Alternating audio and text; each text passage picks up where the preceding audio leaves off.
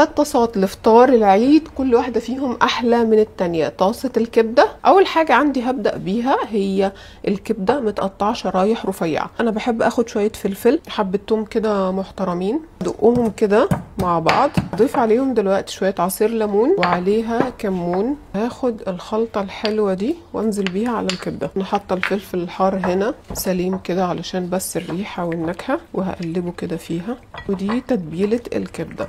عندي هنا ايه؟ دي ليا ضاني. المقلايه سخنه جدا، هحط فيها الليا تدوب. دابت كده، طلعت السمن اللي فيها او الفات اللي فيها داب. على طول هنزل بيها بالكبده وعلى نار عاليه بقلبها. لونها اتغير كده، على طول هتبلها بالملح والفلفل، شويه كزبره ناشفه وهقلبها.